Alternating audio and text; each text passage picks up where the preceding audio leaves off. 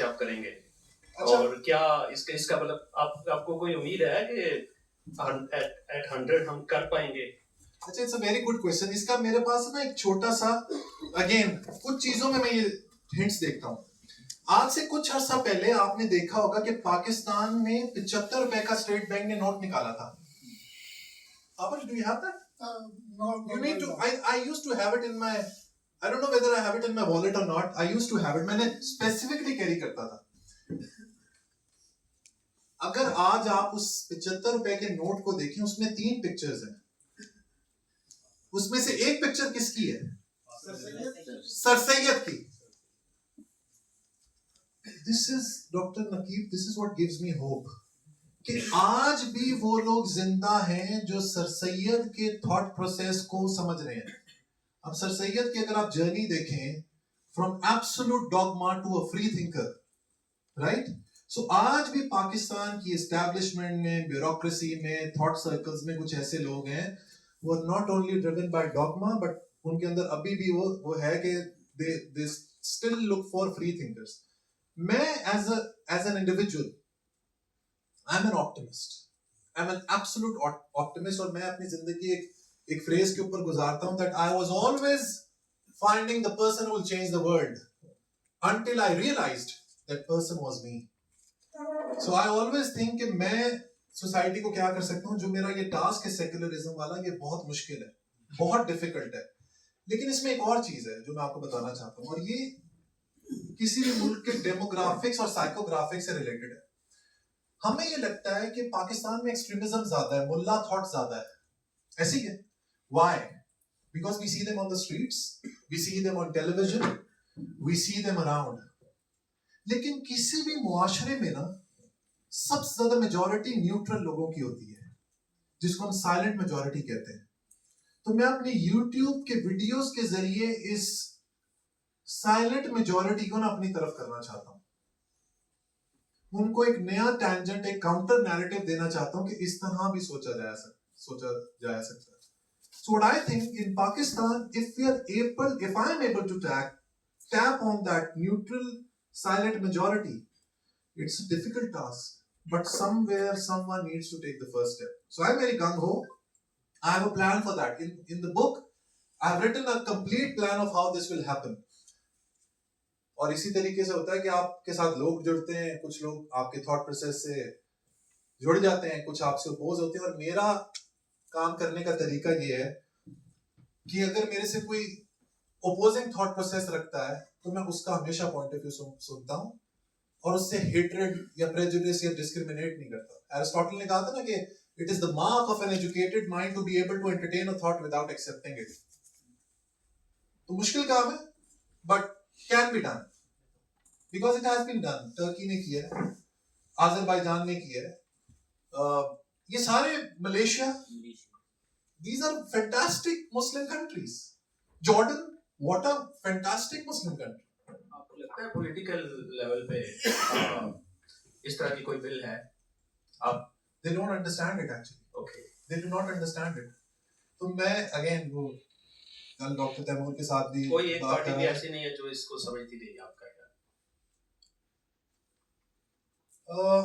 I don't think so. No one understands it. Okay. Because I believe in Plato's, अगर फलसफा जिन लोगों ने पढ़ा है, आपने भी पढ़ा होगा, प्लेटो का एक कॉन्सेप्ट है फिलोसोफर किंग का, either king becoming a philosopher or a philosopher becoming a king. अब उसके पीछे आइडिया क्या है वो मैं अपनी वीडियो में बता चुका हूं कि एक फिलोसोफर को क्यों किंग होना चाहिए।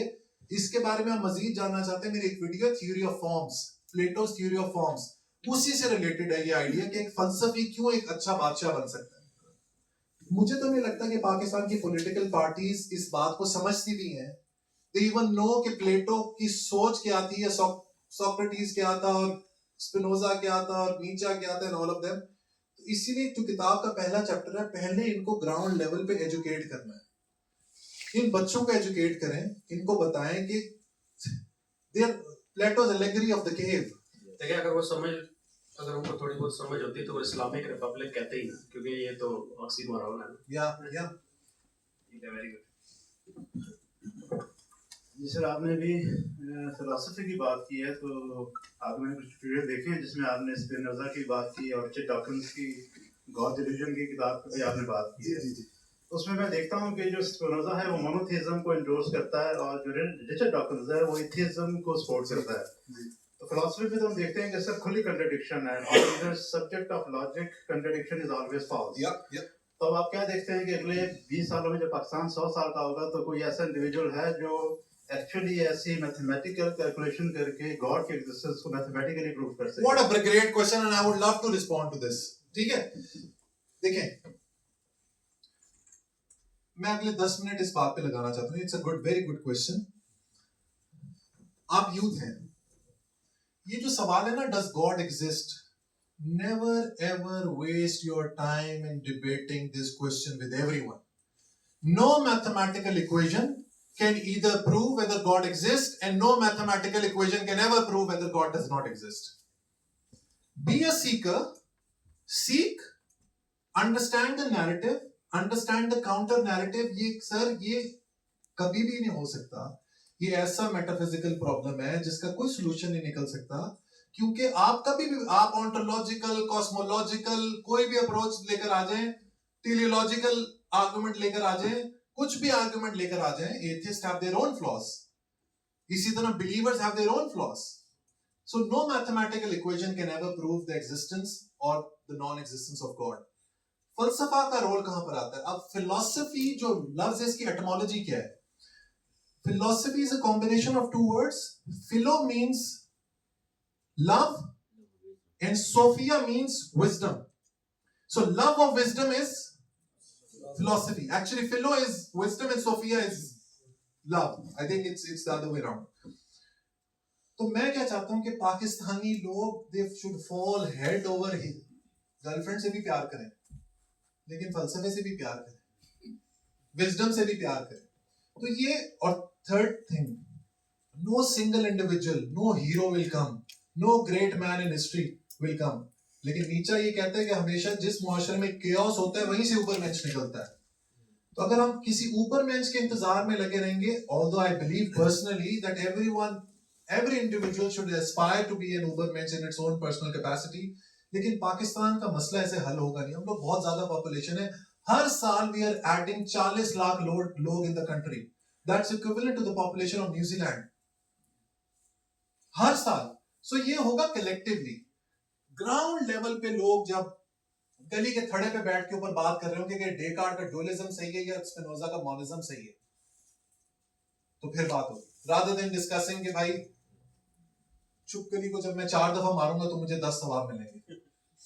So when we start, so we have developed this transactional way of looking at religion. So the moment we suppress this and start looking at religion and philosophy as a core tenet of how you can embellish yourself as an individual, I think that's how things will work. ये तो आपने definition दे दी कि mathematically हम proof नहीं कर सकते God के existence या नॉन एग्जिस्टेंस को, लेकिन आपने वजह नहीं बताई कि ऐसा क्यों है. It's not a mathematical question. It's not a mathematical question. और इससे ये तो मैं आपको समझाना चाह रहा हूं कि देखें, गॉड की एग्जिस्टेंस जो है, Meta means beyond and physics is physical understanding of the physical matter. So anything which is beyond the understanding of physical matter, laws of mathematics do not apply to that. Make sense? God, जो हमारी understanding है, we believe in transcendental God. वो दुनिया से परे बैठ के दुनिया का निजाम चला रहा है. तो ऐसी बीइंग की एग्जिस्टेंस को मैथमेटिकली अभी फिलहाल, and I think that's my personal point of view, it can never be proven. And I want the youth to not waste your time. ये डिबेट पिछले 2000 साल से चल रही है, ये अगले 2000 साल चलती रहेगी. Rather focus on how you can make your life better. देखें, God exist करता है या नहीं करता, आपकी जिंदगी पे फर्क नहीं पड़ेगा जब तक आप अपनी जिंदगी को बेहतर नहीं करेंगे. For instance, what's your name, my friend? Fawad. आज तुम्हें पता लगता है God exist करता है, तुम्हें मैथमेटिकल इक्वेशन मिल गई. How will your standard of life change? Nothing will happen until and unless he doesn't change it himself.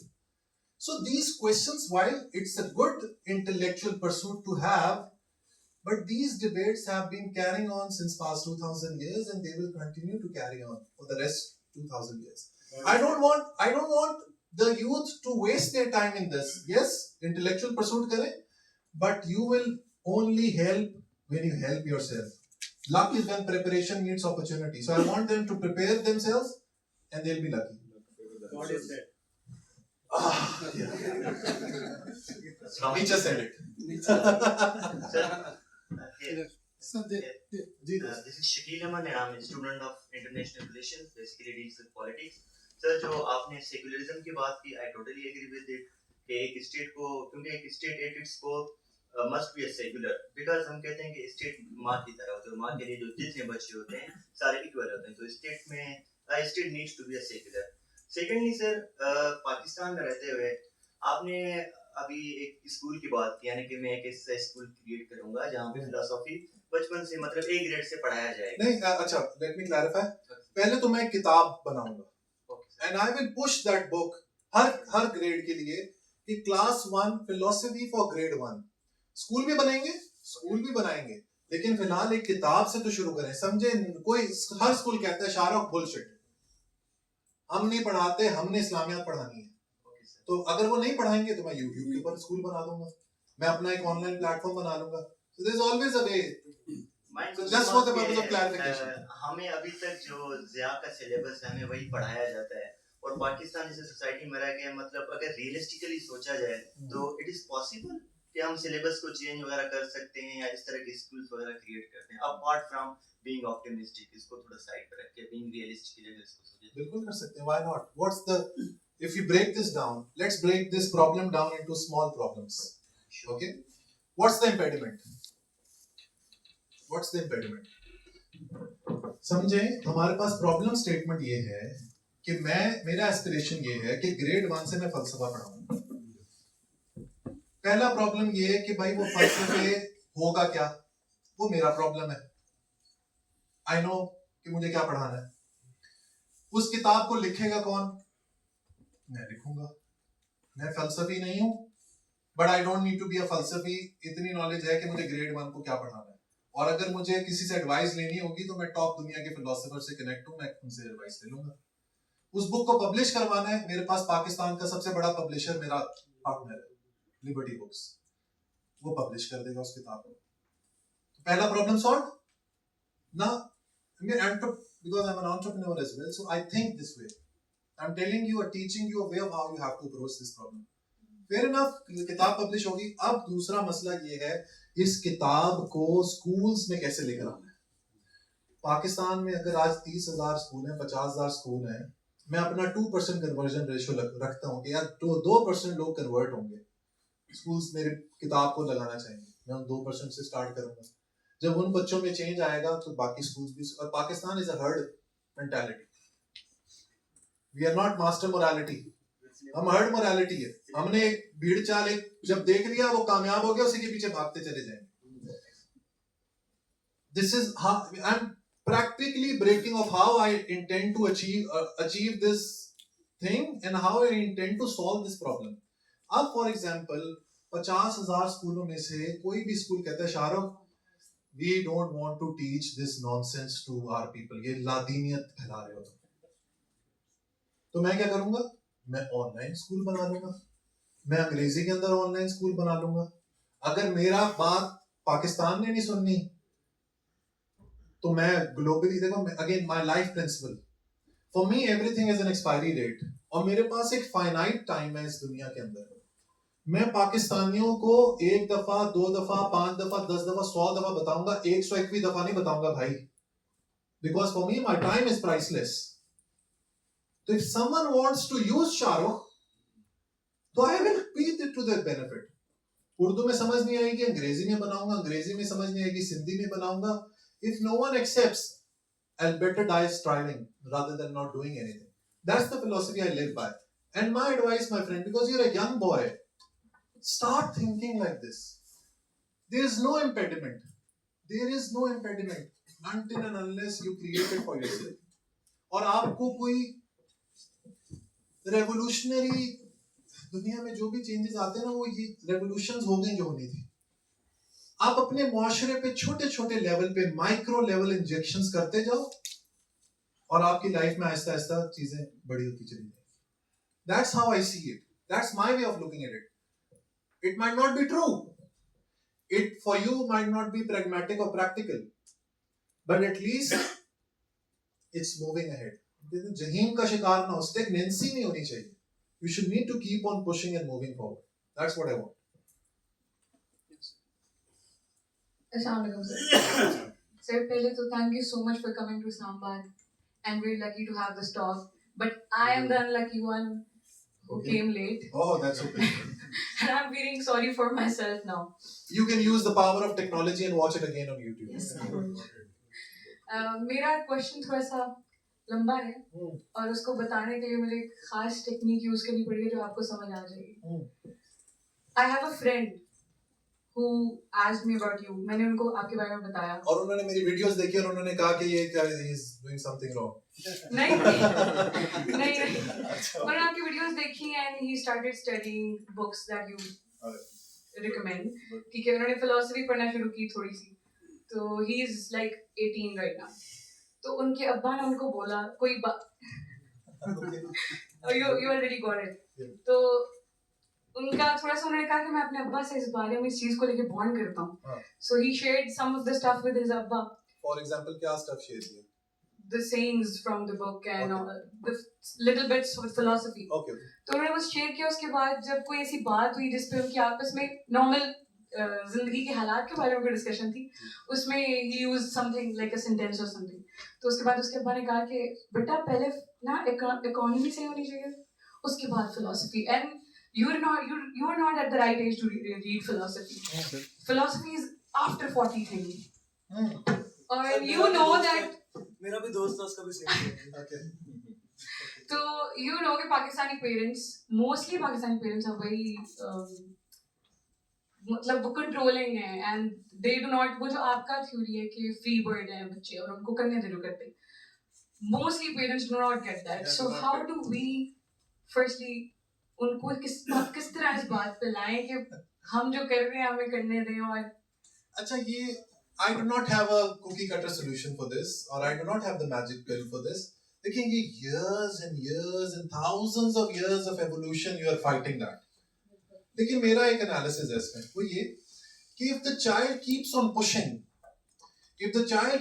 pushing for a long period of time, a time comes when parents realize कि यार इसको करने दो, ठीक है. और अगर फिर भी realize नहीं कर रहे, then I propagate you to be a rebel. Why do I say that? You're sitting next to your mom? मेरे दोस्त की बात मेरी तो वही. Okay, so I need to tame down my words now. So if you're sitting next to your mom, and if she is your mom, then my message to her is, madam, what's your name? Wafa. She will only live once. You will only live once, Wafa. So my message to your mom is, let her live that life with complete freedom. And let her discover the truth of her life herself. And you know what?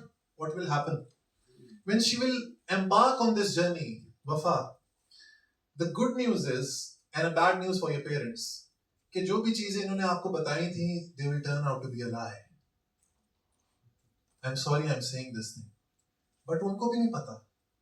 Why? Because they didn't wanted to question. और उस जमाने में baby boomer होंगे, वो 60s या 70s में उनकी पैदाइश हुई होगी. उस जमाने का जो माहौल था, it wasn't meant for this. People never used to question their parents. But somehow, someday, a tipping point comes in the life of individuals when you need to change the destiny or the trajectory of your life. So let's start with Wafa. Why not? You're a girl. And in girl, I always say कि पाकिस्तान में अगर हमने economic empowerment हासिल करनी है, economic power बनना है, तो खवातीन जब तक इकोनॉमी का हिस्सा नहीं बनेंगी, जब तक अपने आप को फ्री विल से काम नहीं लेंगी, जब तक अपने जिंदगी के डिसीजंस खुद नहीं लेंगी, they will never be able to grow. Pakistan में जो women participation in labor force is what? It's close to around 20-24%. The population is 50%. Population में 50-50 है. लेकिन women participation in labor force is absolutely zilch. Why? Because it's a patriarchal society. एक पिद्दरशाही निजाम है जिसमें एक मर्द डोमिनेट करता है और वो बताता है कि औरत को क्या करना है. लेकिन why not you? You take this first step. और आप उनको प्यार मोहब्बत से समझाएं अपने पेरेंट्स को. They will come a time, I promise you, there will come a time when they will let you fly. And एक और चीज, a message to your parents also. Never push her to get married before she is financially independent. The first thing that you need to do is become financially independent. क्योंकि जब आप financially independent होंगी वफा, आप empowered feel करेंगी. No one will ever be able to dominate you. Already decided, sir. See, there you go. We have a case already. Video दिखा दी थी आपने. खवातीन को पाकिस्तान में जब फाइनेंशियल इंडिपेंडेंस मिलती है, they feel empowered. No one will be able to do domestic violence on you. लोगों को डर लगता है कि she will start talking back. But अगर आपके पास पैसे होंगे ना, तो वो पैसे के अंदर बड़ी एम्पावरमेंट है. लोग कहते हैं money cannot buy happiness, it buys happiness. Money is not an end, it's a means to an end. It takes you towards that happiness. For instance, आज आपकी खुशी है कि मुझे एक ट्रिप करना है थाईलैंड का. अब थाईलैंड के ट्रिप फ्री में तो होगा नहीं. Going to Thailand will give you happiness. Getting to Thailand needs money. And you need to earn that money yourself. Your entire thought process of life will change once you start earning. और जब आप financially independent होते हैं, actually life शुरू ही तब से होती है. Unfortunately, in Pakistan, we live in this rigmarole of 9 to 5, where we are stuck with this for the entirety of our life, and we are not able to live. Actually, सोच ही तब start होती है जब आप financially independent होती है. So my message to again your mom is sitting over here. Let her fly. You're meant to fly, so please fly. Sir मेरा question जो है वो इसी डिस्कशन से थोड़ा रिलेटेड ही है. जी दोस्त. जैसे आपने अभी नेशनल इंटेलेक्चुअल ऑडिट की बात की, जी. तो उसमें आपने एक बहुत ही इम्पोर्टेंट पिलर डिस्कस किया, मौलाना का रोल. और वो तो एक है ही, वो आपने बहुत अच्छे से एक्सप्लेन किया. उसके साथ दो और चीज़ें भी हैं जो मैं जब भी अपने टीचर से डिस्कस करता था तो मैं कहता था कि ये तीन चीज़ों को चेंज होना चाहिए. एक तो ये है कि पेरेंट्स जो है, तो हम तो ये सोचते थे कि भाई एक तो पेरेंट्स का मतलब एक लेसन होना चाहिए कि पेरेंट कौन बन सकता है. True. That by the way is part of my book. There's one chapter जहाँ पे मैंने ये बात की है कि पेरेंट्स को तैयार किया जाए कि पेरेंटहुड के लिए वो आकर are they ready or not. So there is a complete chapter on this, that before someone decides to become a parent, there should be an exercise on how they need to be parents in the modern 21st century. Because the way the system works in modern times in 2025 will be totally different, is actually totally different than it was 20 years back and 50 years back. आज से 100 साल पहले humans का life span कितना था? 35 साल 40 साल average life span था आज से 100 साल पहले. आज जापान में it's has crossed 85. People are regularly becoming centenarians and lifespan will continue to grow. So जब इंसान की जिंदगी का लाइफ स्पैन बढ़ता है ना, तो इंसान की सोच भी बदलती है. तो आज की जो मॉडर्न पेरेंट्स हैं, they have to be completely different with their child, otherwise they will lose them. I'm telling you, if they do not attune, उनको लगता है कि सोशल मीडिया की पावर को they can rival that, they can rival the power of technology. दुनिया में कोई ऐसी टेक्नोलॉजी नहीं बनी और ना बनेगी जिसको इंसान क्रश कर सकेगा. Technology crushes everything. It's like a juggernaut. Nothing can stop it. So we as parents, जो भी यहाँ पे parents बनना चाहते हैं, aspire to be or who are already parents, they need to learn how to deal with their children. So इसके ऊपर एक पूरा chapter है मेरी किताब. एक तो ये मैंने जानना था कि इस बुक में उस पर डिस्कशन है. जी है, बिल्कुल है. और एक और पिलर है इस चीज का, वो है टीचर. जहाँ जितने भी स्टूडेंट बैठे हैं उन्होंने अपनी लाइफ में टीचर देखे हैं, हमने भी देखे हैं. वो 1 से 2% ऐसे टीचर होते हैं जिनको हम पढ़ने के बाद भी मिलना चाहते हैं. जी. बहुत कम ऐसे टीचर हैं जो अच्छे हैं. तो उस पे भी एक चैप्टर है और उसका मैं आपको एक लिटमस टेस्ट दे देता हूँ. कोई भी टीचर, कोई भी इज्म, कोई भी आइडियोलॉजी, कोई भी थियोलॉजी किसी भी शख्स को मिलके, मुझसे मिलके आज इस टॉक के बाद, किसी भी मजहब को पढ़ के, किसी भी कैपिटलिज्म, कम्युनिज्म, मार्क्सिज्म, हिंदुइज्म, इस्लाम, क्रिश्चियनिटी, किसी भी इज्म को पढ़ के अगर आपको डर महसूस हो, खौफ महसूस हो, you're petrified, you're apprehensive what your future will be, it increases your doubt, वो हक पे हो ही नहीं सकता. It's not good for you. और जिस इंडिविजुअल को पढ़ के, जिस किताब को पढ़ के, जिस फिलॉसफी को पढ़ के, जिस थ्योरी को पढ़ के you feel like you can fly, you feel you're independent, you feel you're in control of your life, you feel you have free will, वो चीज हक पे और उसको अपना लिया करो. तो ये भी मैंने अपनी किताब के अंदर लिखा है कि there, like you already said yourself that there are very few teachers. Unfortunately हमारे टीचर्स ने यहाँ पे सारी तबाही मचाई हुई. वो स्टार्ट ही बच्चे को नर्चर ही ऐसे करते हैं बचपन से कि वो बच्चा उसका ज़हनी स्टार्ट हो जाता है. सर ये जो जॉब वाला माइंडसेट है ये टीचर ने ज्यादा दिया है. वो मैट्रिक में कहते हैं कि भाई बस नंबर आ जाए, आगे एडमिशन हो जाएगा, कामयाब हो जाओगे, इस किस्म का. और do not pressure your kids to ever take numbers. ये गेम खत्म हो गई, ये दौर पुराना हो गया, फेल हो रहा है, फेल होने दें, कुछ नहीं होता. एक चीज के ऊपर स्ट्राइव करें, एक चीज के ऊपर स्ट्राइव करें. Let the वफा to you as well. आप अपने पेरेंट्स से पूछें और अपने आप से पूछें वो एक कौन सी चीज है जिसमें मैं वर्ल्ड क्लास हो सकता हूं. आप अपने आप से पूछें. आप दोस्त, आपका क्या नाम है? अबू बकर. अबू बकर, अपने आप से पूछो कि एक आपके अंदर वो क्या इंस्टिंक्ट है, वो क्या स्किल है जो आपको वर्ल्ड क्लास बना सकती है. अगर पता है, for example you are a great designer, you are a great architect, you are a great guitar player, आपको लगता है कि यार मेरे अंदर गिटार बजाने की कमाल स्किल है, उसको फिर जिंदगी में तोड़ तक लेके जाओ. So all I want the parents to realise is कि बच्चों को नंबर्स के लिए कभी भी पुश ना करें. बच्चों को आप पुश करें कि यार तू अपनी जिंदगी के पहले 15 साल ढूंढ, एक्सप्लोर करके तू किसमें ग्रेट है, कौन सी चीज है जो बाकियों में नहीं है, बाकी मीडियोकर हैं और तुम उसमें excellent. That's the only thing that parents need to do. Sir एक और क्वेश्चन बस. वो मैं कह रहे वन क्वेश्चन है भाई. अस्सलाम वालेकुम शाह भाई. मैं रिसेंटली कराची आया था और मैंने लक को आजमाते हुए आपको मैसेज डाला और आपने सीन किया और उस पर कोई रिप्लाई नहीं आया. पहली बार कराची गया था, आई थॉट कि आपसे मिल लूं, लेकिन दैट वाज अनफॉर्चुनेट. लेकिन अगेन इट्स फॉर्चुनेट कि यहाँ पे मुलाकात होगी. सवाल को शुरू करते हैं कि खिड़की, चांद, किताब और मैं, मुद्दत से एक बाब और मैं, शाम, उदासी, खामोशी, कुछ कंकर, तालाब और मैं, और हर शब पकड़े जाते हैं गहरी नींद, तेरे ख्वाब और मैं. और वो जो ख्वाब हैं वो पाकिस्तान को बेहतर देखने के हैं, जिस तरह आप देख रहे हैं, हम भी कुछ कोशिश कर रहे हैं. ऑलरेडी बहुत सारी फ़िलासफ़ी दुनिया में मौजूद है, बहुत सारा लिटरेचर लिखा हुआ है, बहुत सारी बुक्स आप रिकमेंड करते हैं. पाकिस्तान में भी काफ़ी सारे राइटर्स मौजूद हैं.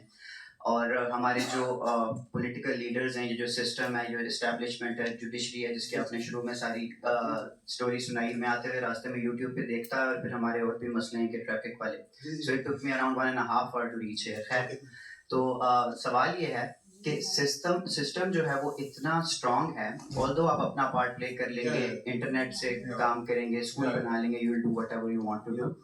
But the point here is के इस सिस्टम में खान साहब ने, जो अपेरेंटली हमें लगता है 23 साल कोशिश की कि मैं सीधे तरीके से वोट लेके आऊँ, वो पॉसिबल नहीं हुआ. हमारे एक साथी हैं, वो इंग्लैंड से आए, उन्होंने अपना इस्तीफ़ा लिख के दिया पहले, और MNA का इलेक्शन लड़ा शेख रशीद के अगेंस्ट, और बहुत पैसे भी लगाए, बड़ी कैंपेन की और बड़ा मैनिफेस्टो लेके आए जो यूके में होता है. और अनफॉर्चुनेट ये हुआ कि लोगों ने अपने ID कार्ड्स भी दिए, वादे भी किए, और इन पे जब रिजल्ट निकला तो उन्होंने 1300 वोट लिया था, and he spent around 10 crore rupees on the campaign. Right. सो सवाल मेरा ये है कि अगर इसको ओवरऑल चेंज करना है, ओवरऑलिंग करनी है हमें, तो हमें सिस्टम के थ्रू शायद आना पड़ेगा. और आपने शुरू में पॉलिटिकल मैनिफेस्टो की भी बात की, और अगर आप उस जरिए से आएंगे तो क्या you will be able to do all that what you have written in the book, और you what you have think of? It's a good question. So how do I see this? Like I said at the start of my speech, it's an aspiration that I want to pursue. 100 points हैं. इन 100 points में से जब मैं इस दुनिया से जाऊं, तो अगर मैं ये 100 नहीं करता तो एटलीस्ट 10 तो करके जाऊं. At least I should be able to pursue 10 of the points which I have propagated. और वो जो बाकी के 90 हैं, वो मैं अपने पीछे एक ऐसी फौज तैयार कर दूं, कुछ ऐसे लोग तैयार कर दूं जो मेरी थॉट से, मेरे सोच से अलाइंड है, वो उस बाकी 90 पॉइंट्स को पूरा करें। मैं आपको एक छोटी सी एग्जांपल देता हूं, मेरा पर्सनल एनेक्डोट है ये। I was around may be 10 और 12, आई थिंक 10 या 12 साल का होगा। मेरे टीचर ने मुझे बताया कि दुनिया की सबसे बड़ी लाइब्रेरी है वॉशिंगटन डीसी में, लाइब्रेरी ऑफ कांग्रेस। तो मैंने उस दिन रात को, मुझे अभी तक याद है कि रात को मैंने, और टीचर ने मुझे बताया कि उसके जो शेल्फ्स है ना, if you pile them up तो they can go to the moon. It's a metaphor that she used, but let's see, मेरे ज़हन में वो खाका बन गया। मैंने तभी डिसाइड कर लिया कि यार I will go one day to US and I will discover this library. 2023 में I went to Washington DC and I went to the library of Congress. I fulfilled my dream. अच्छा, वो library, it's a dream. It's like I was there like a kid in a candy store. It's like Alice in the Wonderland. मतलब मैं आपको बता भी नहीं सकता उसका जो आर्किटेक्चर है, उसके जो शेल्फ्स हैं, उसकी जो कैटलॉगिंग है, उसमें जो किताबें हैं, it's a dream world. But this is not the game. असल हुआ ये कि वहां पे एक बिल्डिंग है, जेफरसन बिल्डिंग के नाम से, Thomas Jefferson, one of the ex presidents of USA. उसकी एक कहानी मुझे पता लगी कि जब ये लाइब्रेरी बनी तो I think after the construction of this library 14 or 15 years down the line, इस लाइब्रेरी में तकरीबन 3000 किताबें थी उस टाइम पे। 1815 की मेरे ख्याल में बात है, समवेयर अराउंड दीज इयर्स। तो लाइब्रेरी पे ब्रिटिश ने अटैक किया और लाइब्रेरी को जला दिया, किताबें जल गई। अब अमेरिकन सोसाइटी, कांग्रेस परेशान हो गई कि यार बुक्स तो जल गई, अब क्या करेंगे। Thomas Jefferson, who had been a president of US, he had the biggest personal library at that time in US. तकरीबन 5,500-6,000 किताबें थी उसकी पर्सनल लाइब्रेरी में, and he was addicted to books. नशा था उसको किताबों का। उसने कांग्रेस को एक लेटर लिखा और उसने कांग्रेस को कहा कि आप जो भी कीमत देंगे मुझे मंजूर है, आप मेरी सारी किताबें ले लें। तो उस जमाने में आई थिंक फॉर $24,000 और समथिंग कांग्रेस ने कहा कि ये हम तुम्हारी किताबें परचेज कर रहे हैं। आज के $7 million बनते हैं। तो जब उसकी लाइब्रेरी ले ली गई थॉमस जेफरसन की, तो एक और अमेरिकन प्रेसिडेंट है, उसने उसको खत लिखा कि यार तुम तो किताबों के बगैर रह ही नहीं सकते, हाउ विल यू लिव। और उसने जो कहा वो लाइब्रेरी में लिखा हुआ है। Look at his answers, look at his answer.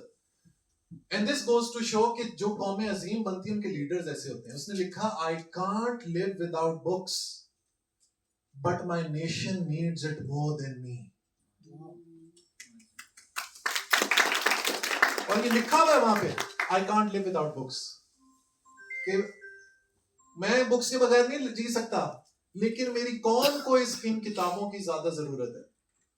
तो जब इस तरह के थॉट लीडर्स होंगे तो फिर वो अमेरिका बनता है। उसकी आज का जो डिबेट है, आज का जो टॉपिक है, वो अमेरिका के ऊपर नहीं है। मैं तो ये देखता हूं कि किस चीज से, किस मुल्क से हम क्या चीज सीख सकते हैं, अच्छी चीज, और उसको हम अपना लें। Coming back to your question, I want to lay the foundations and I will continue to strive, whether it be through the system, blocking the system, overriding the system, superseding the system, or crumbling under the system. I'll continue to fight in my own which way till the time my energy levels are intact. और मेरे साथ इस वक्त YouTube पे, Facebook पे मिला के 5-6 लाख लोग हैं, कल को 6 मिलियन भी हो जाएंगे, 60 मिलियन भी हो जाएंगे, and you never know, we change the fate of Pakistan. That's how I want people to think. And until and unless you do not think this way, तो वो आप achieve ही नहीं कर पाएंगे. So you need to think idealistically and then on the ground do it pragmatically. तो मेरी जो book है ना, उसमें idealistically मैंने chapter का रख दिया कि ये मेरा ideal है, और फिर मैंने उसका step by step बताया भी है कि ये होगा कैसे, कि अगर मुझे फलसफा पढ़ाना है तो इसका करना कैसे है। तो वो ये like a complete playbook or a roadmap of how this will happen. I'm really looking forward to publishing the book, and it talks a lot about, it talks about the role of military, the role of Maulana, the role of madrasa, the role of family system. Everything is there. So I hope when it comes out, people read it and they become part of my clique, and we continue to work for the betterment of our country. क्योंकि कोई भी institution हो, system हो, military को उठा लें, अपना bureaucracy को उठा लें। डीप इनसाइड हर कोई चाहता, तो एक ह्यूमन चाहता तो यही है ना। इमैनुअल कांट यही तो कहता था ना कि यार एक ethical, your ethics are derived within yourself. You आपके अंदर से ethics, this it should not be driven by anything external. तो हर इंसान डीप इनसाइड चाहता तो ये। सोक्रेटिस ने कहा था कि रियल वर्च्यू इज नॉलेज, और वो कहता था कि अगर कोई बंदा वर्चुअस नहीं है तो इसका मतलब ये है कि उसके पास नॉलेज नहीं है। अंदर से बंदा कोई खराब नहीं होता, वो खराब ईवल इसलिए बिकॉज उसके पास, उसको वो फलसफा नहीं समझ पाया, उसके पास वो नॉलेज नहीं है। सो मुझे ये लगता है, because I am an optimist, maybe it's a wrong way of looking at things, but मुझे ये लगता है कि अगर यार ये सामने येलो शर्ट हुडी में ये बंदे बैठे हुए ना, इसकी इंटेंशन अच्छी ही होगी। That's how I think. ना वो अच्छा करते हैं, बुरा करते हैं, I don't know, but I will continue to push. जी, आपसे शो स्टार्ट होने से पहले थोड़ी सी बात। जी सर। मैं काफ़ी दूर से भी आया, मेरी तबीयत भी खराब है। जी सर। मेरे दोस्तों को पता है कि आज मैं बहुत बीमार हूँ, लेकिन यहाँ मैं झूठा साबित हो जाऊंगा कि और हमें बताते हैं कि आप बीमार हैं। आवाज़ मेरी भी बदली हुई है, जो कि आपने पहली दफ़ा सुनी है। और दूसरा, मैं ये सराउंडिंग में देखता था, मैं सबसे शायद सीनियर हूँ, लेकिन शकील चौधरी साहब के आने के बाद मेरा वो मसला भी हल हो गया। तो सर मैंने वो यूथ की डेफिनेशन बता दी है, तो अगर आ गया तो उस डेफिनेशन ने यकीन करें मेरी तबीयत खुश कर दी। और उसके अलावा भी आपका एक वर्ड जो है ना, वो मैं चूंकि आपका रेगुलर वो शकील चौधरी साहब को भी सुनते हैं, आपको भी मैं फलसफा आपसे सीखा। आज की आपकी जो बातें हैं ना जी, एक बात, ये फ्यूचर है हमारा नेक्स्ट जनरेशन के लिए, पाकिस्तान के लिए। और मैं, आपने, मेरे 2 बेटे हैं, अभी उनकी शादी नहीं हुई, तो मैं सोच रहा था जब मेरे पोते होंगे या अब मेरी नेक्स्ट जनरेशन पोतियां होंगी, तो शायद आई डू होप कि वो ये कहें कि हमारा जो दादा बूढ़े वो रिलीजियस हुआ करते थे। क्या हालांकि मैं रिलीजियस नहीं हूँ, मेरी सारी फैमिली रिलीजियस है, बड़ी मतलब फंडामेंटलिस्ट किस्म के रिलीजियस हैं। मैं थोड़ा सा लिबरल माइंडेड हूँ, तो भी जरा ये चीज़ें ये सुन के, और इसमें सारा कंट्रीब्यूशन आप जैसे तैमूर रहमान जैसे और इस ब्लैक होल जैसे प्लेटफॉर्म का, और मैंने अपनी एक NGO भी बनाई है, और मेरा भी यही मिशन है। ये मिशन लेके मैं चल रहा हूँ कि मैं अपने स्कूलों में जाऊँ, जैसे कि एक पीछे बच्चे ने ये बताया कि हमारे टीचर्स, उनको ट्रेनिंग की जरूरत है। जो पॉलिसी है नेशनल लेवल पे वो नहीं बदलने वाली, लेकिन मैं चूंकि टेक्नोलॉजी का बंदा हूँ, इंजीनियर हूँ, मैं आपको एक खुशखबरी बता रहा हूँ कि जो मुल्ला है ना मस्जिद का, उसको बहुत बड़ा डर है, हुकूमत से नहीं डर, उसको डर है वो जो अमेरिका में बैठा हुआ है, क्या नाम है जी उसका, जो सारी टेक्नोलॉजी ड्राइव कर रहा है, इलॉन मस्क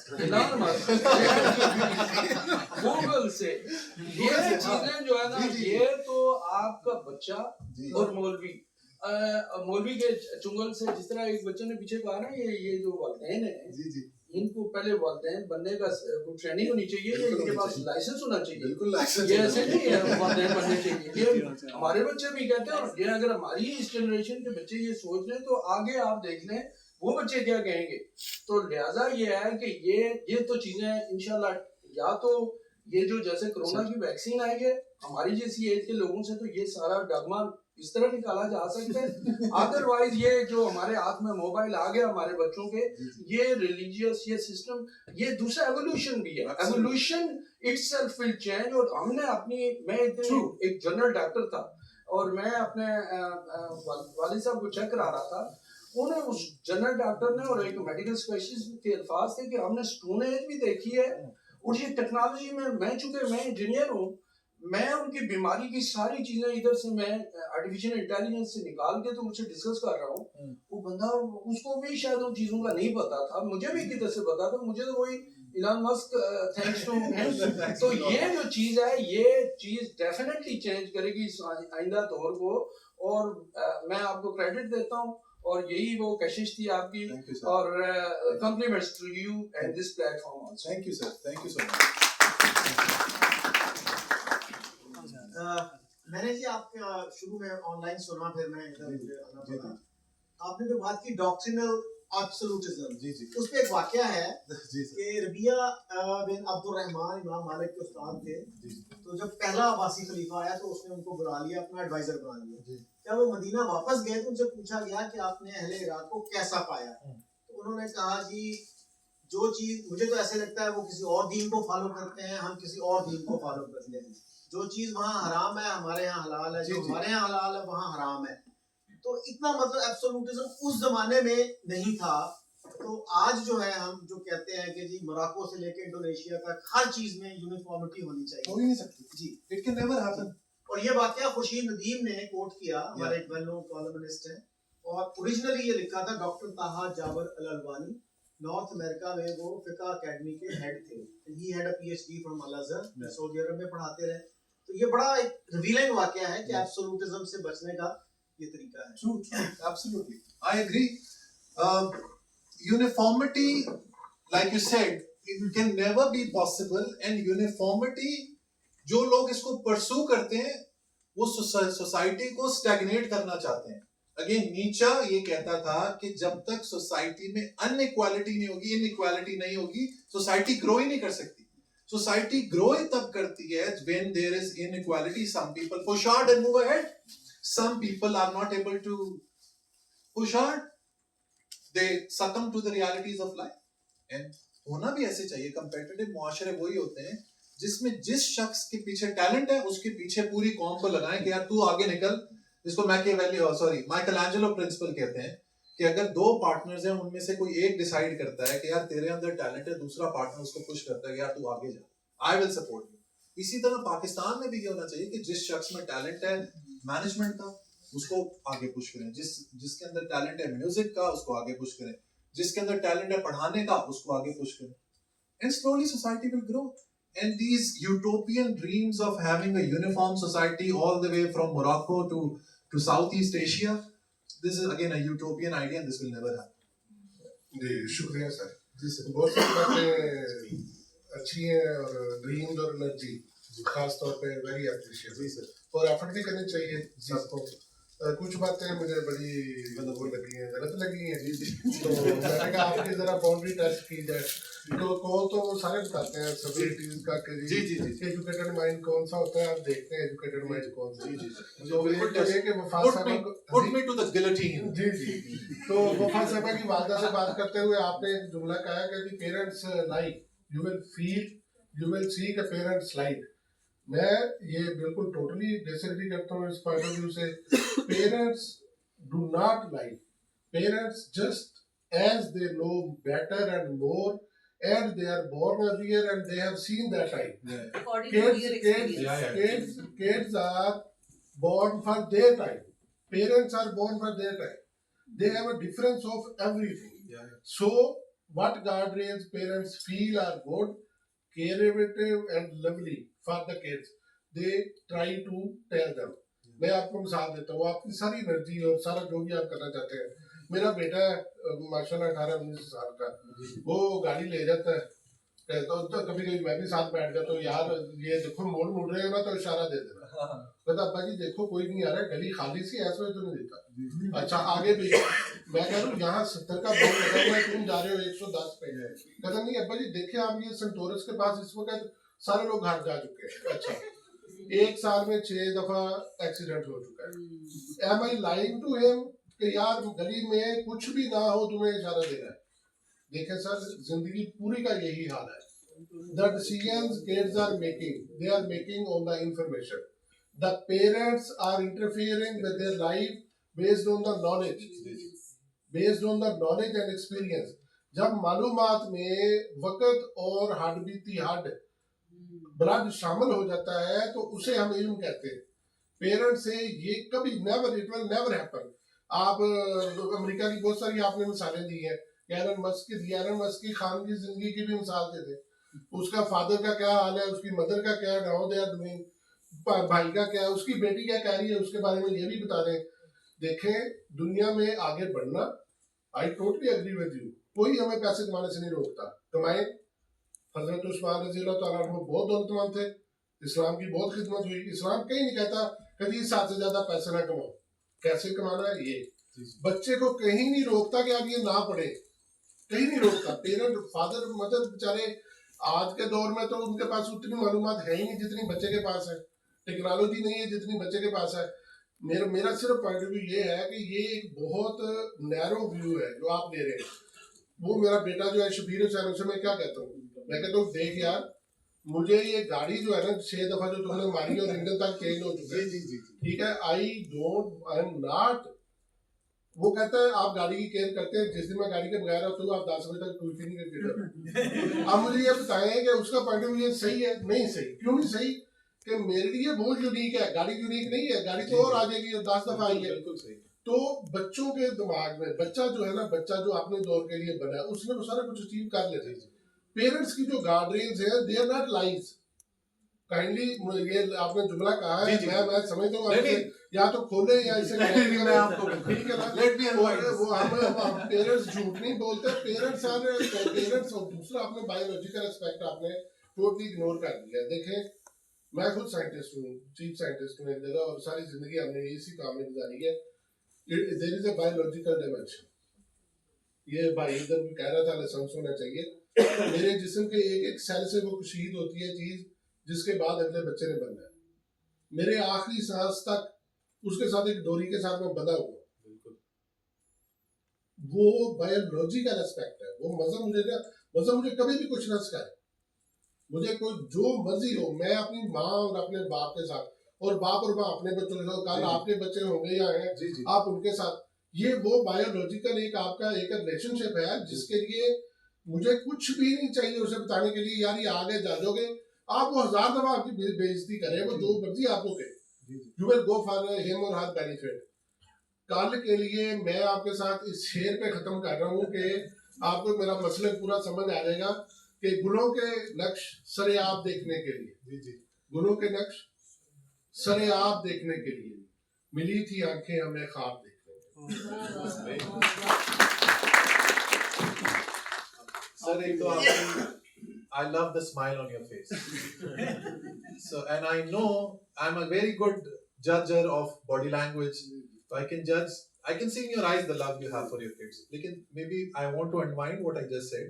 देखें, जो आप गार्ड रेल्स की बात कर रहे हैं, moral framework, societal framework, social fabric के साथ डील कैसे करना है, बिल्कुल आप जो अपने बेटे के साथ कर रहे हैं, बेहतरीन चीज कर रहे हैं।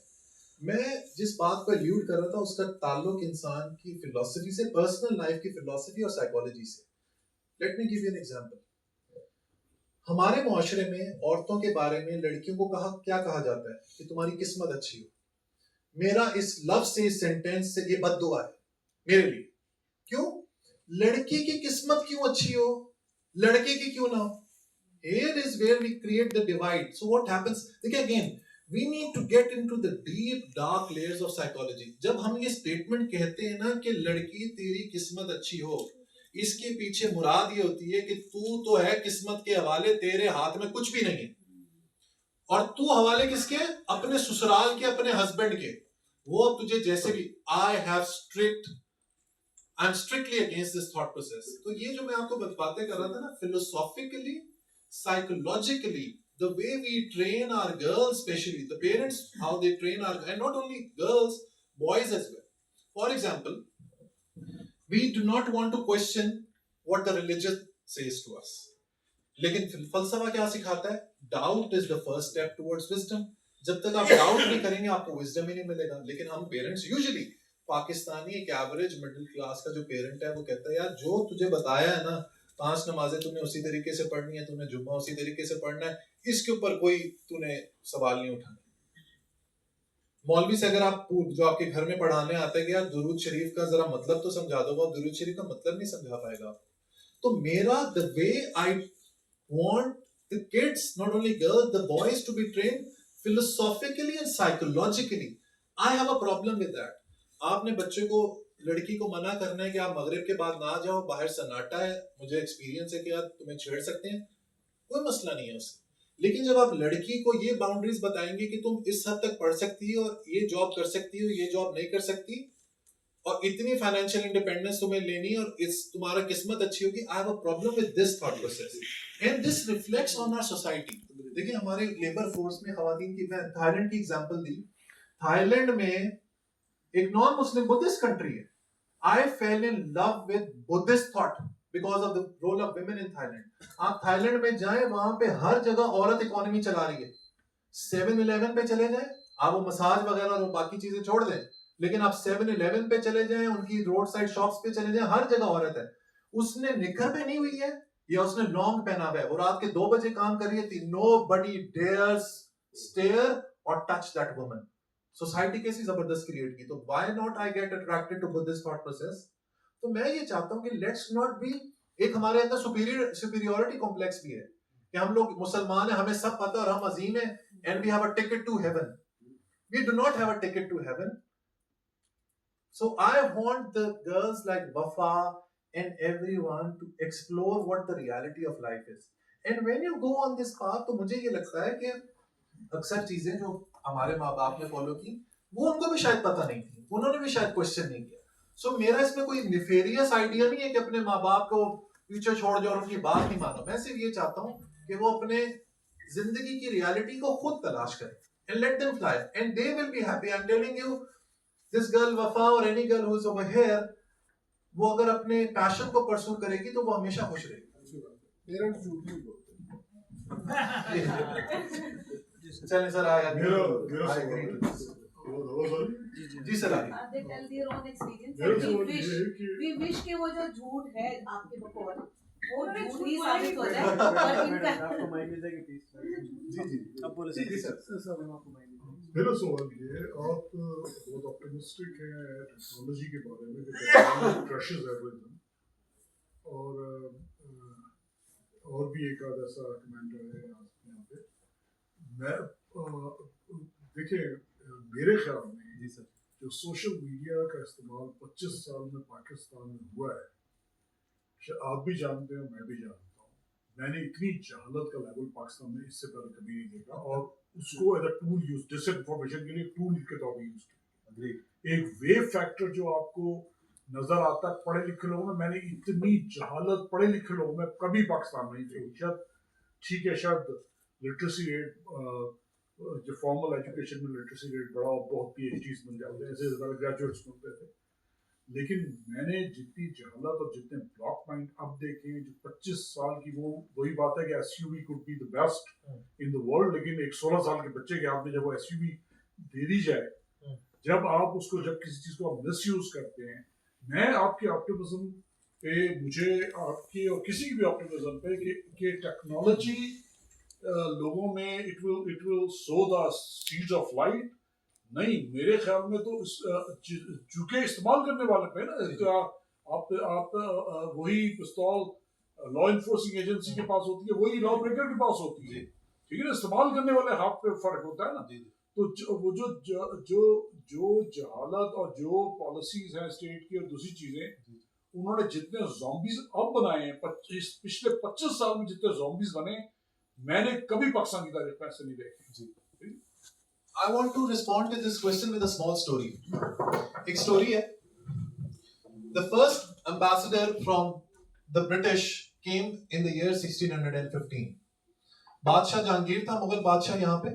वो बादशाह के दरबार में आया और उसने बादशाह के लिए कहा कि मैं आपके दरबार में आ गया हूँ and I want my nation to work with you. तो वो बादशाह के लिए तहाइफ लेकर आया। पेटियों के अंदर तहाइफ थे। उस जमाने में ऐनकें थी, चिमटे थे, बाइनोकुलर दूरबीनें थी। बादशाह पागल हो गया देख के जहांगीर, यार व्हाट इज दिस। कुछ दिनों के बाद बादशाह साहब वापस आए सर थॉमस रो के पास और उनको एक लिस्ट दी कि यार मुझे इतनी दूरबीनें चाहिए, इतने चिमटे चाहिए, इतने ऐनके चाहिए। Instead of asking Sir Thomas Roe, यार how about you introduce me to the physics of how this binocular works, ये दूरबीन के पीछे जो मैकेनिक्स हैं ये कैसे काम करते हैं, ये बताने के बजाय उसने उसको कहा ये मेरे पास सोना है, ये दौलत है, ये मुझे इतने मंगवा दे। Sir, this is the mindset I want to change.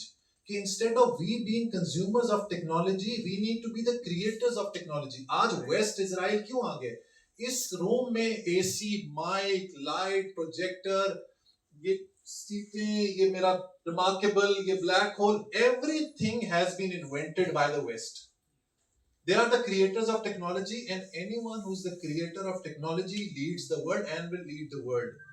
AI को आप जितना मर्जी कह लें, no one can stop. और अभी तो हमने कुछ देखा ही नहीं. It's still in the amoeba stage. AI will become a Tyrannosaurus Rex एक डायनासोर बनेगा अभी। तो मैं सर ये चाहता हूं कि पाकिस्तानी, आप जो एग्जांपल दे रहे हो बिल्कुल ठीक है। I want Pakistanis to be creators of technology. Let not be consumers, or let us not be consumers of technology. अगर वो क्रिएटर बन जाएंगे तो वो तो और भी सीवियर मसला हो जाएगा। अभी तो दूसरों की लेके मुस्तवाल यूज कर रहे हैं और माशाल्लाह इतनी जहालत में तरक्की कर रहे हैं। तो जब वो क्रिएटर भी बन जाएंगे तो बिल्कुल ऐसा ही है ना कि जैसे आप एक बच्चा जो है वो बारूद बना ले, खुद एक डिटोनेटर बना ले, तो वो तो When I say creator, भाई की रेसिपी बताओ। when I say creators of technology, मैं क्या चाह रहा हूँ, क्या टेक्नोलॉजी क्रिएट करें? इलॉन मस्क की सर आपने एग्जांपल दी, पीरो मुर्शद साहब। Elon Musk wants to make human beings multiplanetary. He wants people to go to Mars and do a settlement. कितनी मतलब एक bizarre और खूबसूरत सोच है कि अगर आप उसको आइसोलेशन में देखें कि यार एक ह्यूमन बीइंग की सेटलमेंट है, एक गांव है, एक टाउन है, एक सिटी है, और इस दुनिया का एक बंदा, उसकी सोच इतनी बिजार है कि वो इंसानों को इंटरप्लैनेटरी स्पीशीज बनाना चाह रहा है। अब कितनी नॉवल और नोबल थॉट है। मैं चाहता हूं कि पाकिस्तानी इस तरीके से सोचना शुरू करें, ऑटोनोमस गाड़ियां बनाना शुरू करें, फ्लाइंग कार्स बनाना शुरू करें, क्वांटम कंप्यूटिंग के ऊपर काम करें, ऑगमेंटेड रियलिटी के ऊपर काम करें। I want this, I don't want के आप जो बात करें it's social media specific. I want the universities, the medical colleges of Pakistan, engineering colleges of Pakistan to produce scholars, researchers, scientists, explorers who can develop this technology so that Pakistan can be a net technology exporter and beef up from 3.5 billion to 300 billion dollars. Sorry, अभी जो जिस context में आपने बात की वो ये थी कि जो dogmas हैं they will die out against technology. Yes, they will die out. That's what your point was. Yeah, they will die out. ये नहीं था कि हम इकोनॉमिकली कैसे फायदा उठाएं इससे। आप तो डॉगमा को किल कर रहे थे। तो जो डॉगमा नए क्रिएट किए गए हैं इसी टेक्नोलॉजी की मदद से, लेकिन आखिरकार एंड इंफॉर्मेशन टेक्नोलॉजी का कहीं तो उसका स्पीकर होता है ना, कहीं तो जो उसका आउटलेट है वो तो सोशल मीडिया ही है ना। इंफॉर्मेशन टेक्नोलॉजी आप ठीक है, आप वेबसाइट भी विजिट कर सकते हैं, लेकिन जो ज्यादा इंफॉर्मेशन आपके पास पहुंचती है, बल्क ऑफ इंफॉर्मेशन, वो तो सोशल मीडिया के जरिए पहुंचती है। ठीक, तो उसको जिस तरह वो डॉगमास को अगर इसी तरह इस्तेमाल होता रहा तो इंशाल्लाह डॉगमास बहुत स्ट्रेंथन होते चले जाएंगे। जो पुराने डॉगमास है वो भी और नए डॉगमास क्रिएट होंगे। मैं थोड़ा सा ना maybe I'm missing the point. What I'm trying to say is, मैं आपको दोबारा एक्सप्लेन करता हूँ कि ग्रास रूट लेवल पे जब आप एक बच्चे को तैयार करेंगे कि तूने बच्चे बड़े होके कंज्यूमर ऑफ टेक्नोलॉजी नहीं बनना, तूने क्रिएटर ऑफ टेक्नोलॉजी बनना है। फॉर एग्जाम्पल, इंडिया का एक इंडियन अमेरिकन सबीर भाटिया ने आज से 28 साल पहले सोचा, सबीर भाटिया ने कि हॉटमेल बनाया। आज दुनिया में मिलियनेयर है, इंडिया का नाम रोशन किया। आज सिलिकॉन वैली में सबसे ज्यादा टेक्नोलॉजिस्ट इंडियंस हैं, सबसे ज्यादा आईटी एक्सपोर्ट इंडिया करता है। Why? But everything is done. Okay, Karl Marx ने कहा था ना कि the history of mankind is the history of class struggle. लेकिन जब तक इकोनॉमिक्स सर सही नहीं होगी ना, तब तक ये डॉगमास हम लोग again will be creators. Why? Because we are economically challenged. हमारे यहाँ जैज का लोड हो जाता है 100 रुपए में, और पता है वो हमारा सिक्योरिटी गार्ड क्या करता है, मैं उससे पूछूं कि यार हर 3 महीने बाद तेरा नंबर चेंज होता है, चक्कर क्या है? वो कहता है जब एक सिम बंद होती है ना तो अगली सिम में फ्री मुझे मिनट्स मिलते हैं। And he keeps on changing the number so he can. So इस वक्त जो एफ्लुएंट और एजुकेटेड क्लास है वो सबसे अच्छा है। आप उनको अफोर्डेबिलिटी का प्रॉब्लम नहीं है, अब सबसे अच्छा वो है। आप जानते हैं, आप भी उठते बैठते हैं लोगों में। मैं मुझे तो है this is a long debate. I think people are waiting for questions. We can perhaps continue this पीछे भी।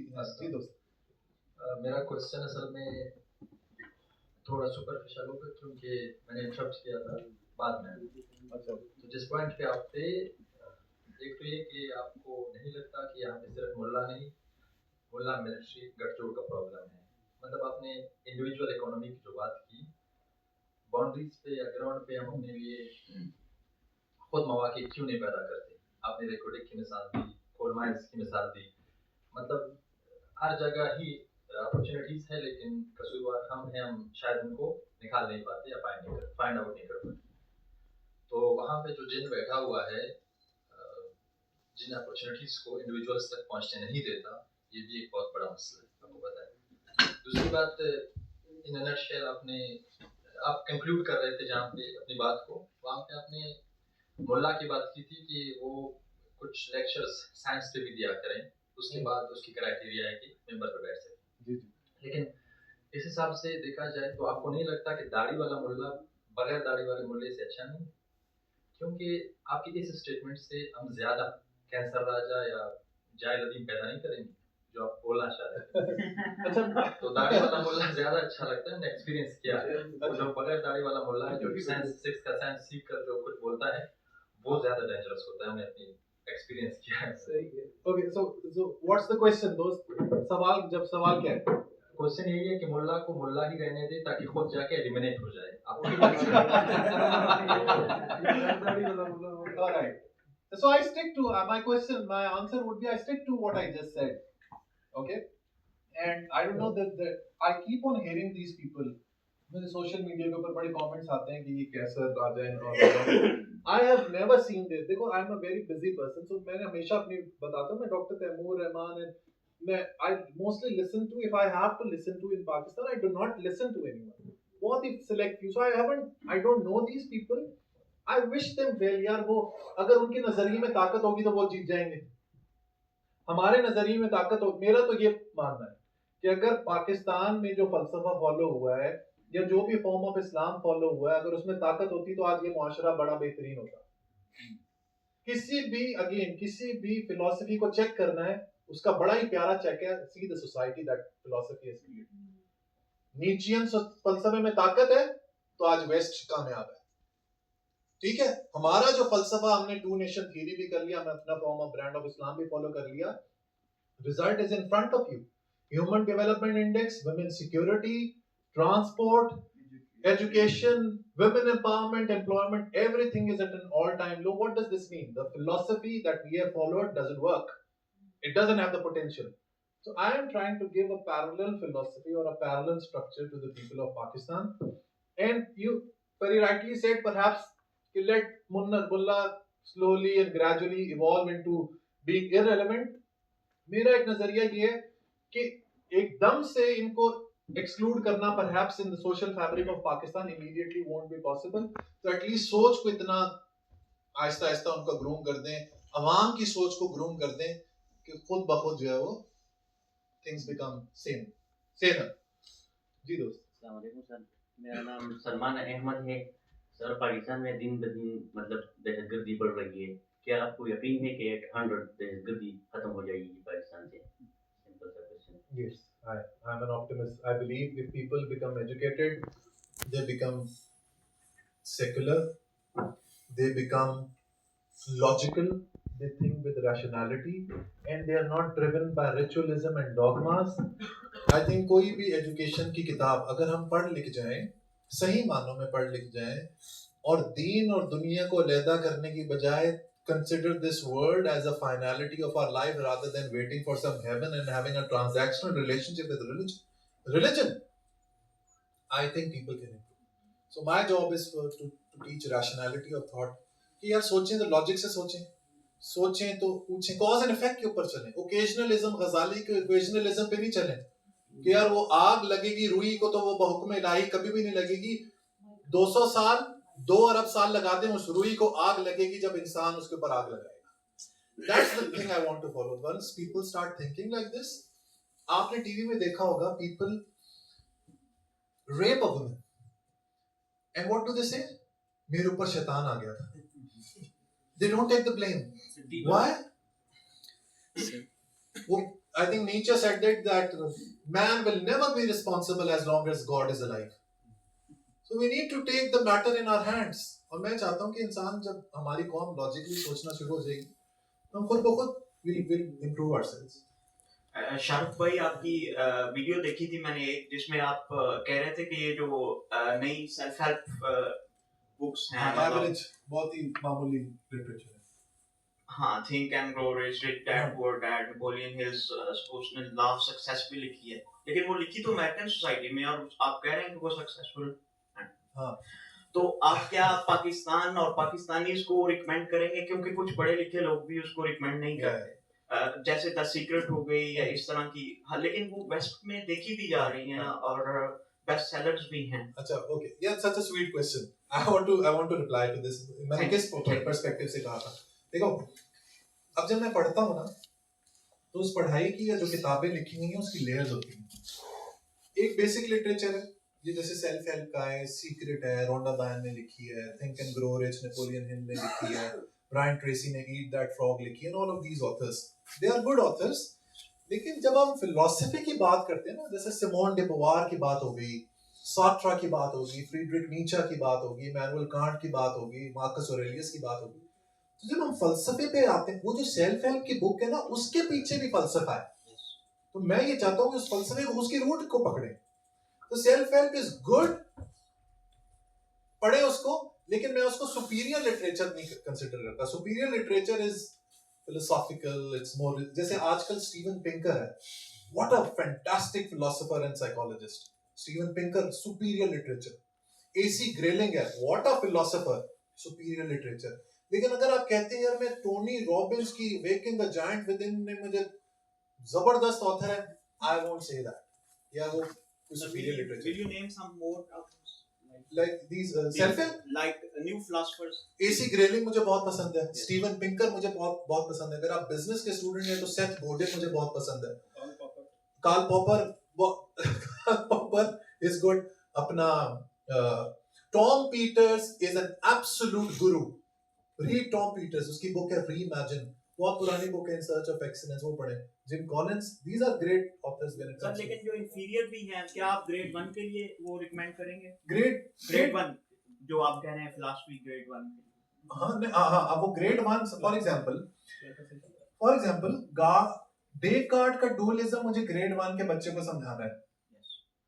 अब मुझे सोचना है कि यार dualism, mind body extension, all of that, वो मैं किस तरीके से माइंड बॉडी के कनेक्ट कैसे होते हैं। अब this is what I need. पहले तो उनको ये समझाना है कि डुअलिज्म क्या है, या डुअलिज्म किस बेसिस के ऊपर खड़ा हुआ है, वो क्या है। सो इट्स पढ़ाएं उनको, मे बी डेकार्ट से नहीं, आप प्री सोक्रेटिक टाइम से स्टार्ट करें। आप उनको ये सिखाएं कि फलसफा इजाद क्यों हुआ, इसके पीछे लॉजिक क्या है। पहले आप उनको ये सिखाएं कि ये दुनिया फाइनाइट है। जब इंसान फाइनाइट जिंदगी में आया तो ही रियलाइज के भाई जिंदगी तो खत्म हो जाएगी, तो इस जिंदगी के पीछे कोई फलसफा, कोई लॉजिक, कोई साइंस है। People started thinking, people started making different theories about the nature of reality. तो आप रियलिटी के ऊपर एक पूरा चैप्टर रखें, नेचर ऑफ रियलिटी क्या है। सोक्रेटिस पढ़ाएं उनको, जो प्री सोक्रेटिक नेचुरल फिलोसोफर्स थे उनके बारे में पढ़ाएं। प्लेटो ने किस तरीके से सोक्रेटिस से सीखा, प्लेटो के डायलॉग्स किसके बारे में है वो बताएं। एलेगरी ऑफ द केव जो है प्लेटो की, उसके ऊपर तो पूरी एक किताब लिखी जा सकती है। So it again step by step all of this can happen, everything is possible. Sir what do you think about Bob Procter? बस एक आप प्लीज क्वेश्चन करिए। अस्सलाम वालेकुम सर, फिर वो प्लीज बात। अस्सलाम वालेकुम, this is me Mohsin Ali. Sir मेरे दो सवाल हैं। एक सवाल तो ये है कि मुझे आपने 6 बुक्स रिकमेंड करनी है जो कि मुझे स्पिरिचुअल, मेंटली तौर पे और फाइनेंशियली जो है ना मुझे थोड़ी हेल्प दें ग्रो करने के लिए। सेकंड वन है, इसके आज से 3 साल पहले मेरे एक टीचर होते थे, क्लास में आते थे, तो वो क्लास में इंटर होने के बाद कहते थे कि आप जो है वो मुझे आज जो कुछ मैं पढ़ाऊँगा ना उसके लिए मैं आपसे पहले माजरत करता हूँ। वो जब क्लास निकलते थे ना तो हंस पढ़ते थे। तो जिस दिन हम स्कूल से फारिग हो रहे थे तो हम उनसे पूछा था कि सर आप हंसते क्यों हैं? कहते सर जो मैंने आपको पढ़ाया ना वो सारा झूठ है। इसलिए पहले मैं आपसे माफ़ी मांग लेता हूँ। और पढ़ाते क्या थे? सर वो हमें इस्लामियात पढ़ाते थे और उर्दू पढ़ाते थे, ठीक है।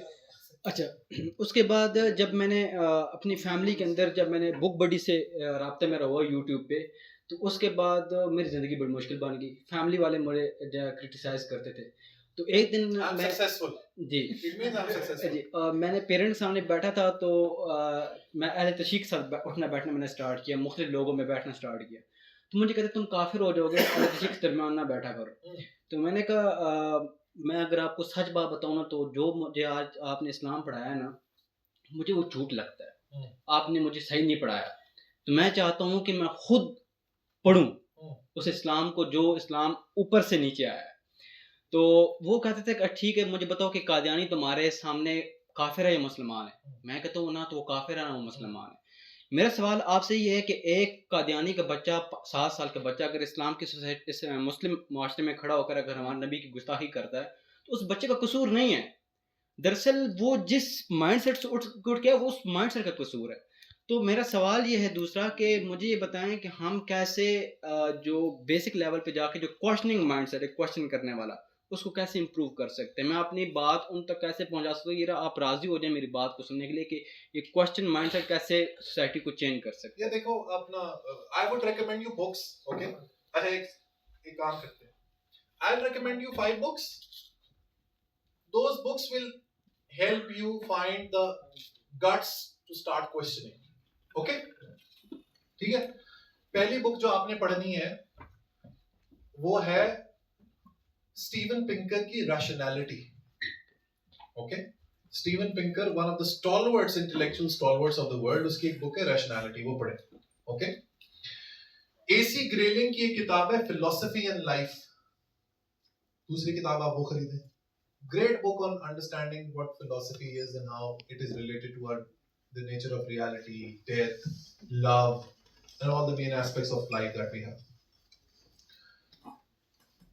तीसरी बुक मार्कस ऑरेलियस की Meditations. Have you read it? It's a great book. Again, will help you discover the principles of Stoicism. It's his personal sort of a collection of his personal diary. So Marcus Aurelius की Meditations is also a good book. उसके अलावा spiritually एक book है The Untethered Soul. I'm forgetting the name of the author. The Untethered Soul again is a great book. It will help you understand being in the present moment, living in the present moment, and the importance of living in the present moment. Again a great book. इसी तरह से इसी से मिलती जुलती एक book है Untethered Soul से The Power of Now. Very famous book. Again it will help you spiritually, क्योंकि तुमने बात की, so spiritually it will help you nurture yourself. And अभी मैं आते हुए फ्लाइट में प्लेटो की द रिपब्लिक, वैसे तो मैंने बहुत दफा पढ़ी है but I was reading it again. तो again a great book to understand how a state works and how a human mind works. वो ओल्ड एज के ऊपर, जैसे वो स्टार्ट में ओल्ड एज एक बूढ़े बंदे से बात कर रहा होता है और वो कहता है कि यार old age, what is old age? The answer that the person gave really got me thinking कि यार what a beautiful answer he gave to that question. So ये किताबें आप पढ़ें। Okay, अभी तो मुझे at the top of the mind these are the 4-5 books that I can recommend you. It will help you ask the right questions and remember जिंदगी में सवालों जवाबात से ज़्यादा सवालात की importance होती है। So if you start asking the right questions, you nurture yourself, nurture the questions। मैं कहता हूँ हमेशा सवालात की परवरिश किया करें। तो अगर आप सवालात की परवरिश करते रहेंगे तो खुद ब खुद आपके अंदर गट्स पैदा होंगे। Don't succumb to this. Don't succumb to the pressures of your family and social circle. आपको ऑस्ट्रेसाइज कर देंगे ना, निकाल देंगे। मेरी गुड लक ये है कि मैं अपने डैड के साथ मेरा इतना जबरदस्त रिलेशनशिप था। He was like a friend to me. His name was Farooq. I अक्सर कहता था मैं, फरूक यार मजा नहीं आता। This was my relationship with him. और ऐसा नहीं कि बदतमीजी, कभी भी कोई बदतमीजी नहीं, बट उन्होंने हमेशा मुझे, हालांकि he belonged from a Brailwi school of thought, the TLP, और मेरी बिल्कुल ही अलग सोच, लेकिन हमारी बहस होती थी। मैं फ्री विल, मैं तो डिटर्मिनिज्म पे बिलीव ही नहीं करता, मैं तो फ्री विल का बंदा हूं, मैं तो एग्जिस्टेंशियलिस्ट हूं। He belonged from the Brailwi school of thought, but look at what a great man he was. He never said Shahrukh do not question. वो बहस करते थे हमारे साथ, एंड वहां से आहिस्ता आहिस्ता arguments develop होना शुरू हुए। Advocate, me and my brother, my kid brother, we used to argue with him. तो मे बी आपके घर में ऐसा माहौल ना हो, आपके आसपास ऐसा माहौल ना हो, that it might not be conducive for debate. So if you have to live in isolation, so be it. Immanuel Kant Königsberg में पैदा हुआ और वहीं मर गया। अपने पूरी जिंदगी में 30 किलोमीटर से बाहर नहीं गया। But look at how the world remembers Immanuel Kant. The good thing, important thing is, what's your name दोस्त? मोहसिन अली। मोहसिन, अल्टीमेट पर्पस जिंदगी का अगर आपने देखना है तो ये देखो कि यार जो मोहसिन में पैदा हुआ, when I leave this world, if you're the same Mohsin, then there's no growth. Your personality needs to undergo changes every few years in life. If you were born with a certain set of ideals and you die with those ideals, there's no growth. तो इकबाल भी ये कहता है ना कि खिरद को गुलामी से आजाद कर, जवानों को पीरों का उस्ताद कर. What a beautiful poetry. Again inspired a lot from the philosophy of Friedrich Nietzsche. कि you have to continue to overcome yourself and overcome your thought process. आज आपको शाहरुख अच्छा लग रहा है, शाहरुख की बातें शायद अच्छी लग रही हैं. कल को अगर शाहरुख अच्छा ना लगे, I'll be happy. तुम कहो नहीं यार मेरा सोच का टेंजेंट ना कुछ और हो गया. शाहरुख परहैप्स एक वक्त तक उसकी सोच मुझे सही लगी. I'll be happy, no bad feelings for me. But you continue to explore yourself. That's what I want. Fair enough? Thank you, sir. Thank you. Assalamu alaikum, sir. Walaikum salam. Sir, it's a pleasure to see you here live and face to face. Sir मेरा बहुत ही basic सा सवाल है. आपने youth के बारे में कहा था कि यूथ को मतलब गवर्नमेंट और मतलब 9 to 5 जॉब के अलावा एंटरप्रेन्योरियल माइंडसेट मतलब उसकी तरफ जाना चाहिए और अपॉर्चुनिटीज अवेल करनी चाहिए जिससे वो खुद भी आगे बढ़े और अपने साथ 10-15 या मतलब सैकड़ों लोग भी अपने साथ आगे ले जा सकते हैं. लेकिन अगर पाकिस्तान की बात करें तो हमारे जो यूथ है, जो स्टूडेंट्स है पाकिस्तान में, उनका मतलब फर्स्ट प्रायोरिटी यही होता है कि हमें कंट्री से बाहर जाके सेटल होना है और बाकी जो बचते हैं इनके अलावा मेजॉरिटी तो यही होंगी कि हमें बाहर जाना है. जो रह गए वो किसी गवर्नमेंट जॉब या 9 to 5 जॉब की तरफ चले जाएंगे. तो आपको क्या लगता है कि इस माइंडसेट के साथ पाकिस्तान के यूथ मतलब आगे बढ़ पाएंगे या नहीं? देखो अगर बाहर का, I always tell my students, अगर बाहर की अपॉर्चुनिटी है गो. Pakistan needs remittance. ठीक है, पाकिस्तान एक्चुअली चल ही रेमिटेंस पे रहा है. मोटी मोटी कैलकुलेशन ये देख लो कि पाकिस्तान का इंपोर्ट बिल है तकरीबन 80-85 बिलियन डॉलर, एक्सपोर्ट्स है 30 बिलियन डॉलर, डेल्टा है 50 बिलियन डॉलर का. 30-32 बिलियन डॉलर भेजते हैं रेमिटेंस. जो बाकी बचता है 18-20 बिलियन डॉलर वो पाकिस्तान डेट लेता है फॉरेन मुल्कों से. तो अगर ये फॉरेन रेमिटेंस ही ना हो तो पाकिस्तान तो बिल्कुल ही will be gone. So my advice to you is if you get an opportunity to go abroad, learn, it will give you the exposure, right? वहां से पढ़ो, लोगों को समझो, प्लूरलिस्टिक थॉट प्रोसेस को अपनाओ. बाकी कल्चर में लोग अपने खाने के साथ शराब पीते हैं, that should not hurt you. ठीक है, उस माहौल में भी रहो, लेकिन आपने पीनी है नहीं पीनी वो आपका डिसीजन है. अपने माइंड को खोलो. उसके बाद if you want to come back to Pakistan, contribute. वैसे भी आप बाहर रह के भी contribute कर रहे होगे because you will be sending money back. And if you want to come back and settle over here and do something entrepreneurial, so be it. Dovetailing this thought, you're in your 20s, right? My advice to you is, at least पहले जिंदगी के 6 से 8 साल work for a good boss or a good company. Why is this important? When you work for the first 8 years, you understand how the nuts and bolts of an organization work. What is customer service? What is marketing? What is supply chain? How does finance curate the resources? How do you attract the customers through ATLs, BTLs, through performance marketing? CFO का क्या role होता है, COO का क्या role होता है, CEO का leadership में रोल क्या होता है, विजन को लेके क्या रोल होता है, एग्जीक्यूशन को लेके क्या रोल होता है. All of this study, when you be in the corporate for 6-8 years, तो आपका एक ज़हन होलिस्टिक हो जाता है. आप the probability of you failing, because out of the 100 startups that start, 97% fail. So when you go through this rigmarole of learning, the probability of success will increase. Your US में average entrepreneur की age है 35-36 के दरमियान. पहले it used to be 40. तो अगर आप, मेरी एडवाइस ये है कि पहले 5-6 साल 8 साल किसी अच्छी कंपनी के लिए काम करो, किसी अच्छे बॉस के लिए काम करो, और उसके बाद if you feel, और सब में मैं ये नहीं कहता कि सब entrepreneur बनेंगे. I don't say that. सबने एंटरप्रेन्योर या बिजनेस एस्टैब्लिश नहीं करना होता. अगर आपका माइंडसेट नहीं है, सब लीडर भी नहीं बनना चाहते, because people want the security of being told what to do. तो अगर आपको लगता है कि यार मेरे अंदर एंटरप्रेन्योरियल स्पिरिट है, मैं कुछ अपना करना चाहता हूँ, मैं आइडिया को जनरेट करके I want to build something, go do it. Find investors, find people who are aligned with this thought process. और अगर लगता है कि नहीं यार मुझे 9 to 5 में ही मजा आ रहा है, तो उसको करो. लेकिन मैं आपको पुश करता रहूंगा कि यार कुछ अपना डू समथिंग एंटरप्रेन्योरियल. Done? जी दोस्त. अस्सलाम वालेकुम. मेरा एक दोस्त है। अच्छा, वो दोस्त तो बाद में आएंगे। सबसे पहले तो मेरा ये सवाल है, थोड़ा सा अजीब सवाल, वैसे आपको नहीं लगेगा अजीब ऑब्वियसली। मेरा सवाल ये है, मैंने अभी नेपोलियन हिल को पढ़ा था रिसेंटली। 1 महीने पहले अगर मैं ये सोचता कि मैंने 25,000 बचाने हैं तो शायद मैं ना बचा पाता, लेकिन अगर अभी मैं ये सोचता हूँ कि मैंने 25,000 बचाने हैं तो मैं बचा लूंगा, क्योंकि मैंने एक फार्मूला पढ़ लिया कि अलजेब्रा को सॉल्व करने का जैसा फार्मूला उसी तरह पैसे कमाने का एक फार्मूला है, और वो बुक में है। सवाल को मैं सिंपल करूंगा कि नेपोलियन हिल ने फेथ की बात की है। अब वो उस बुक में तो पैसों के लिए उसकी बात की हुई है, लेकिन अगर हम उसकी साइकोलॉजिकली जैसे उसने फेथ को डिस्क्राइब किया है कि फेथ क्या होता है, क्यों होता है, कैसे इसको करना है, तो अगर इसको हम अपना रिलीजियस पॉइंट ऑफ व्यू से देखें तो सर रिलीजन तो कुछ है ही नहीं सर।